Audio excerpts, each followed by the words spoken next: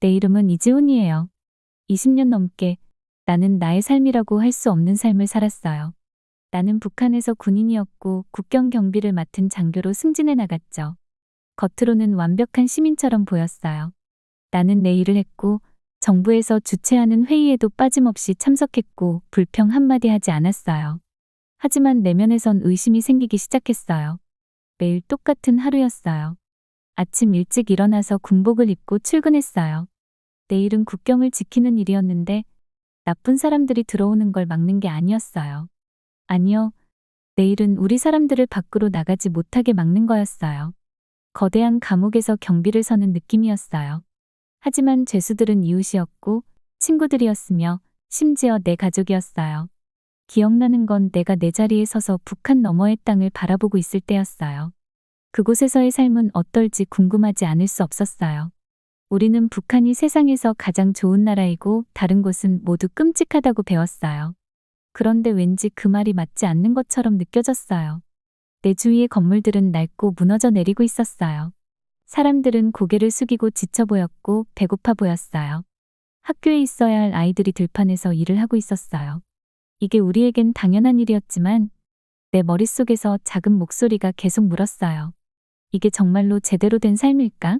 우리는 그런 질문을 밖으로 꺼내선 안 됐어요. 북한에서는 정부의 의문을 품는 게 중대한 범죄거든요. 그래서 나는 내 생각을 입 밖으로 내지 않았지만 그 생각들은 결코 사라지지 않았어요. 오히려 점점 더 커져만 갔죠. 그래도 나는 내 일을 잘했어요. 그럴 수밖에 없었죠. 북한에서는 규칙을 따르지 않으면 문제가 생기는 건 나뿐만이 아니니까요. 온 가족이 함께 처벌을 받을 수 있어요. 그래서 나는 열심히 일했고 내가 배운 모든 것을 믿는 척했어요. 매주 우리는 특별한 회의에 참석해야 했어요. 지도자들은 북한이 얼마나 위대한 나라인지, 나머지 세계는 얼마나 사악한지를 이야기했죠. 우리는 진심이 아니더라도 박수치고 환호해야 했어요. 그건 우리가 매일같이 해야 하는 연극의 일부였어요. 집에서도 상황은 나을 게 없었어요. 우리는 먹을 것도 많지 않았고 전기도 자주 끊겼어요. 하지만 우리는 운이 좋다고 들었어요. 지도자들은 다른 나라 사람들은 더 힘든 삶을 살고 있다고 했죠. 그들을 믿고 싶었지만 점점 더 믿기 어려워졌어요. 그러던 1997년 초, 내 인생을 송두리째 바꿔놓을 일이 일어났어요. 내가 다른 장교들과 비밀 회의에 참석했을 때였어요. 2명의 아주 중요한 인물이 남한으로 도망쳤다는 소식을 들었어요. 그들은 평범한 사람들이 아니었어요. 북한에서 모든 걸 가질 수 있을 거라고 생각되는 정부의 고위층이었어요. 이 소식은 내게 큰 충격이었어요. 북한에서의 삶이 그렇게 훌륭하다면 왜 그 중요한 사람들이 떠났을까요? 그들이 알고 있는 것, 우리가 모르는 것이 대체 무엇일까요? 그들이 모든 것을 걸고서까지 찾으려 했던 남한에서의 삶은 과연 어떤 것이었을까요? 처음으로 나는 이 질문들을 진지하게 생각하게 되었어요. 그 이후로 나는 내 주변을 다르게 보기 시작했어요. 매일 보던 가난이 갑자기 더 심각해 보였어요. 지도자들에 대한 찬사가 가식적으로 들리기 시작했죠. 사람들의 얼굴에 항상 깔려있던 두려움이 더 분명하게 보였어요. 간단한 대화를 할 때도 속삭이듯 말하는 게 눈에 띄었어요. 그 도망친 2사람이 내 머릿속을 떠나지 않았어요. 그들은 모든 것을 포기하고 더 나은 삶을 위해 떠날 만큼 용감했어요. 내가 과연 그들처럼 용감할 수 있을까요? 내가 그런 삶을 원하기는 하는 걸까요? 이런 생각들은 아주 위험했어요. 만약 누군가 내가 이런 생각을 하고 있다는 걸 알게 된다면 큰일 날 수 있었어요.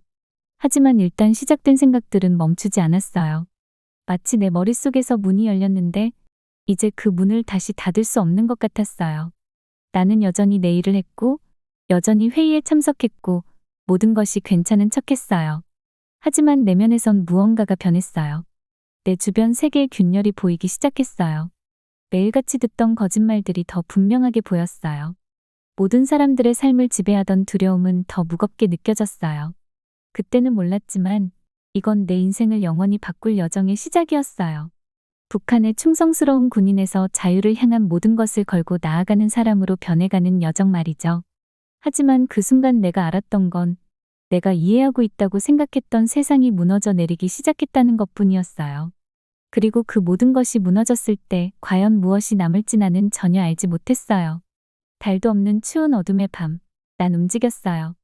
심장이 너무 빠르게 뛰어서 경비병들이 그 소리를 들을까봐 걱정됐어요. 내가 아는 모든 정보를 동원해서 그들의 눈을 피했죠. 압록강에 도착했을 때 깊게 숨을 들이쉬었어요. 이제 돌이킬 수 없었어요. 물은 너무 차가워서 온몸이 칼에 찔리는 듯한 고통이 느껴졌어요. 가능한 한 조용히 수영해야 했어요. 작은 물소리조차도 경비병들이 들을까봐 두려웠지만 계속해서 팔을 휘저으며 나아갔어요. 결국 중국 땅에 도착했어요. 하지만 아직 안전하지 않았어요. 전혀 안전하지 않았어요. 몇 달 동안 계속 도망쳐 다녔어요. 누구도 믿을 수 없었죠.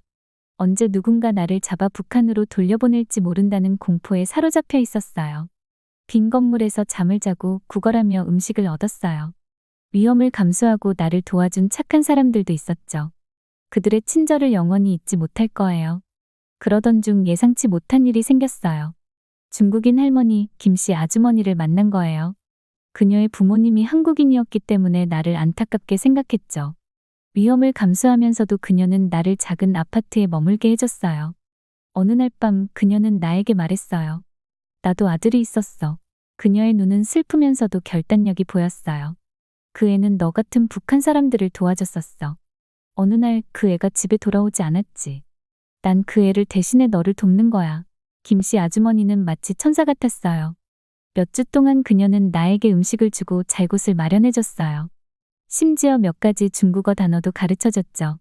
많진 않았지만 그 덕분에 조금 더 눈에 띄지 않을 수 있었어요. 떠날 때가 되자 김씨 아주머니는 나에게 돈을 조금 주셨어요. 많은 돈은 아니었지만 나에겐 금보다 더 소중했죠. 자유를 찾아가렴. 그녀는 눈물을 글썽이며 말했어요. 나는 그녀를 꼭 안았어요. 다시는 볼 수 없을지도 모른다는 생각이 들었어요. 여정은 아직 끝나지 않았어요. 중국을 횡단해야 했고 늘 뒤를 살펴야 했어요. 버스를 탈 수 있을 땐 버스를 탔지만 대부분 걸었어요. 발은 아프고 늘 배가 고팠어요. 하지만 북한으로 돌아가야 한다는 생각만큼은 나를 계속 앞으로 나아가게 했어요. 위험한 순간이 정말 많았어요. 한 번은 버스에 타고 있었는데 경찰들이 신분증 검사를 하러 버스에 탔어요. 난 분명 이제 끝났다고 생각했어요. 하지만 내 옆에 앉아있던 할아버지가 갑자기 손자 이야기를 하며 큰 소리로 얘기하기 시작했어요. 경찰들은 거의 나를 보지도 않고 지나쳤죠. 그 할아버지가 일부러 나를 도와준 건지 그냥 친절하게 굴었던 건지 모르겠지만 마음속으로 감사했어요. 또 다른 때는 작은 마을을 걷고 있었는데 군복을 입은 남자들이 보였어요. 그들이 나 같은 사람들을 찾는 것 같았어요. 난 작은 가게로 들어가서 간식을 고르는 척했죠. 가게 주인이 이상하게 쳐다봤지만 아무 말도 하지 않았어요. 가슴이 뛰는 소리가 들릴 정도로 긴장한 채 그들이 지나갈 때까지 기다렸어요. 나만에 가까워질수록 희망이 생겼지만 동시에 두려움도 커졌어요. 만약 이 모든 게 속임수라면 어떡하지? 나만이 내가 들었던 것처럼 정말 그런 곳일까? 마침내 정말 오랜 시간이 지난 후에야 남한 대사관에 도착했어요. 나는 그 건물 앞에 오랫동안 서 있었어요. 이것이 전부였어요. 이제 자유를 찾을지, 인생 최대의 실수를 저지를지 결정될 순간이었죠. 손을 떨며 문 앞에 다가갔어요. 경비병이 나를 쳐다보자 심장이 멎을 것 같았어요. 그런데 그가 미소를 지었어요. 무슨 일로 도와드릴까요? 한국어로 물었어요. 나는 깊이 숨을 들이쉬고 대답했어요. 저, 북한에서 왔어요. 탈북하고 싶습니다. 경비병의 얼굴이 부드러워졌어요. 그는 고개를 끄덕이며 문을 열어줬어요. 들어오세요. 그가 말했어요. 이제 안전합니다. 그 문을 통과하는 순간 나는 마치 새로운 세상에 들어서는 느낌이었어요. 앞으로 어떤 일이 일어날지는 알 수 없었지만 오랜만에 처음으로 진정한 희망을 느꼈어요. 난 마침내 자유를 찾았어요. 처음 국정원 요원들을 만났을 때는 예상과 전혀 달랐어요. 엄격한 질문을 받고 어쩌면 고문을 당할 수도 있다고 생각했죠. 그런데 그 요원들은 친절하고 이해심이 많았어요. 그들이 한 말이 내 인생을 완전히 바꿔놓았어요. 당신이 저지른 유일한 죄는 잘못된 곳에서 태어난 것뿐입니다. 이제 당신은 자유예요. 이 말이 나에게 강하게 다가왔어요. 수년 동안 배워왔던 모든 믿음이 한순간에 무너지는 느낌이었어요. 처음으로 내가 거대한 기계의 작은 부품이 아닌 한 인간이라는 걸 느꼈어요. 국정원 요원들은 나에게 무척 인내심 있게 대해줬어요. 나의 모든 질문에 답해줬고 나의 권리를 이해할 수 있도록 도와줬어요. 심지어 농담도 주고받았어요. 북한에서 서로 냉정하고 엄격하게 말하던 방식과는 너무나 달랐죠. 박요원이라는 분이 특히 나를 도와주려고 애썼어요. 그는 내 새로운 삶에서 어떻게 살아가야 하는지 하나하나 자세히 설명해줬어요. 아직은 많이 낯설겠지만 기억하세요. 혼자가 아니에요. 우리가 당신이 성공할 수 있도록 도울 거예요. 박요원이 이렇게 말했을 때 그의 진심이 느껴졌어요. 새로운 삶에 점점 익숙해질수록 남한 사회가 얼마나 개방적인지에 놀랐어요. 버스나 지하철, 심지어 정부 기관까지 모든 것이 투명하고 잘 운영되는 것처럼 보였어요. 길도 이해하기 쉽고 규칙도 말이 되며 작은 공사 현장에도 어떤 작업을 하고 있는지 설명하는 표지판이 있네? 라고 생각했어요. 북한에서는 무슨 일이 벌어지고 있는지, 왜 그런 일이 일어나는지 전혀 알 수 없었어요. 질문을 자유롭게 할 수 있다는 게 가장 큰 충격이었어요. 북한에서는 정부에 대해 질문하는 것만으로도 큰 문제에 휘말릴 수 있었거든요. 그런데 여기 남한에서는 사람들이 끊임없이 질문을 해요. 왜 그런 일이 일어나는지, 어떻게 돌아가는지 궁금해하고 물어봐요. 처음에는 겁이 났지만 곧 그런 문화가 너무 좋아졌어요. 서울에서 처음 슈퍼마켓에 갔던 날이 아직도 기억나요. 저는 그저 서서 음식들을 멍하니 바라봤어요. 너무나 많은 선택지가 있었어요. 북한에서는 먹을 것이 항상 부족했어요. 하지만 여기서는 평생 본 것보다 더 많은 음식이 있었어요. 어떤 음식들은 아예 무엇인지도 몰랐어요. 나이 든 한 아주머니가 내가 혼란스러워하는 걸 보시고 도와줄까 물어보셨어요. 내가 북한에서 왔다고 하니 아주머니는 미소를 지으시면서 1시간을 들여 가게 곳곳을 설명해 주셨어요. 음식 하나하나를 소개해 주셨어요. 한국의 기술은 나에게 마법 같았어요. 모두가 스마트폰이라는 작은 컴퓨터를 들고 다니더라고요. 그걸로 세계 어느 곳에 있는 사람과도 대화할 수 있고 어떤 정보든 찾아볼 수 있고 몇 번만 눌러도 음식을 집으로 배달시킬 수 있었어요.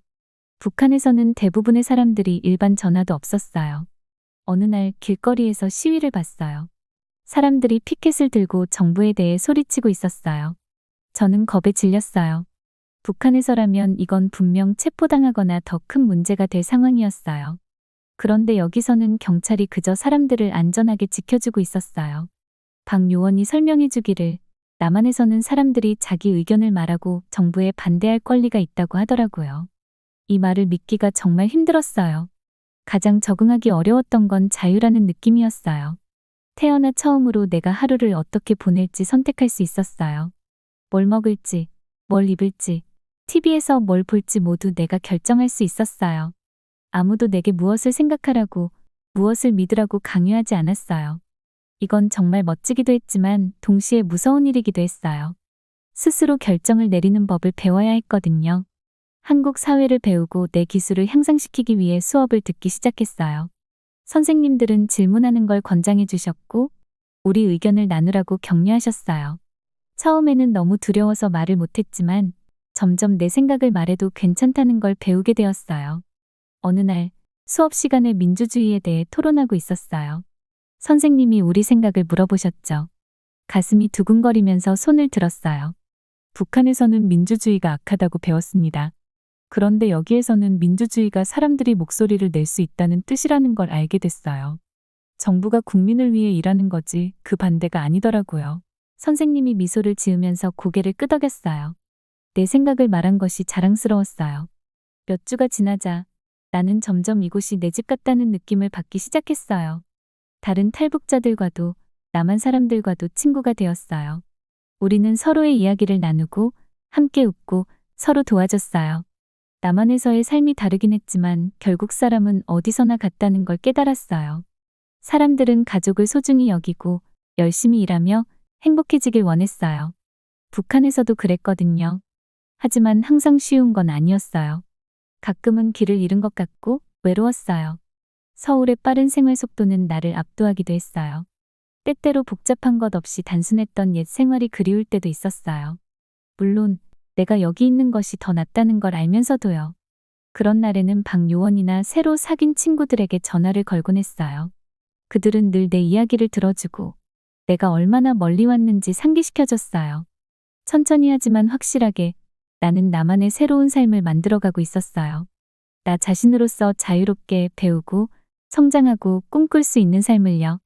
매일매일 나만이 나에게 준 기회에 감사했어요. 그리고 그 기회를 최대한으로 활용하려고 열심히 노력했어요. 어느 날 지역 선거에서 투표할 기회를 얻게 되었어요. 투표소에서 줄을 서서 기다리며 흥분과 긴장감이 뒤섞인 기분이었어요. 제 차례가 되었을 때 투표화면 뒤에 서서 투표용지를 보았어요. 제 인생에서 처음으로 저를 이끌 사람을 선택할 수 있었어요. 작은 일이었을지도 모르지만 제게는 인생에서 가장 큰 순간처럼 느껴졌어요.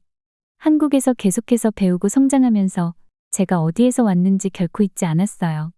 매일 이 기회를 감사히 여겼지만 북한에 남아 이 기회를 누리지 못한 사람들도 늘 생각했어요. 그래서 열심히 공부했어요.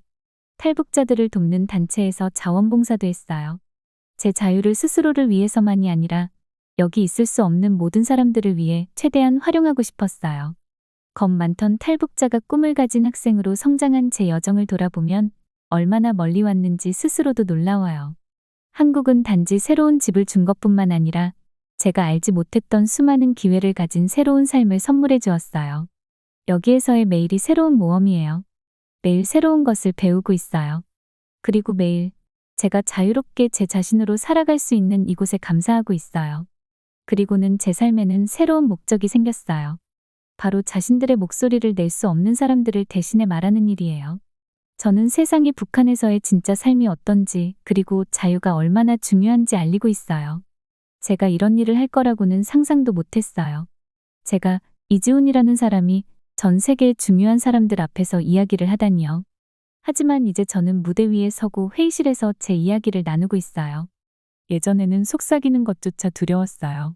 제가 그들에게 말해요. 하지만 이제는 필요하다면 지붕 위에서 소리칠 수도 있어요. 제가 말을 하면 사람들이 들어줘요. 그들은 제가 그 모든 것을 겪어본 사람이라는 걸 알아요.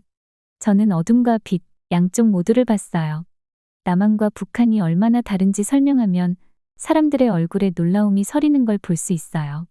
북한에서는 우리가 한마디 한마디 조심해야 했어요. 제가 설명해요. 하지만 남한에서는 사람들이 자유롭게 말해요. 정부에 반대하는 말을 해도 두려움이 없어요. 정말 놀라운 일이에요. 저는 이제 많은 곳을 여행해요. 너무 많은 나라들을 가봐서 이제는 셀 수도 없을 정도예요. 어디를 가든 저는 사람들이 얼마나 많은 자유를 누리고 있는지에 놀라요. 하지만 남한이 얼마나 특별한 곳인지는 절대 잊지 않아요. 남한은 단지 화려한 건물이나 빠른 인터넷만이 아니에요. 저는 종종 연설에서 이렇게 말해요. 남한은 사람들이 어떻게 사는지에 관한 거예요. 존중, 친절 그리고 모든 사람에게 기회를 주는 나라예요. 제가 처음 유엔에서 연설했을 때를 기억해요. 마이크 앞에 섰을 때 손이 떨렸어요. 하지만 말을 시작하자마자 말들이 그냥 쏟아져 나왔어요. 서울에서 아침에 눈을 뜰 때마다 제가 말했어요. 저는 감사함을 느껴요. 아침 식사로 뭘 먹을지 선택할 수 있는 그런 작은 것들에 감사해요.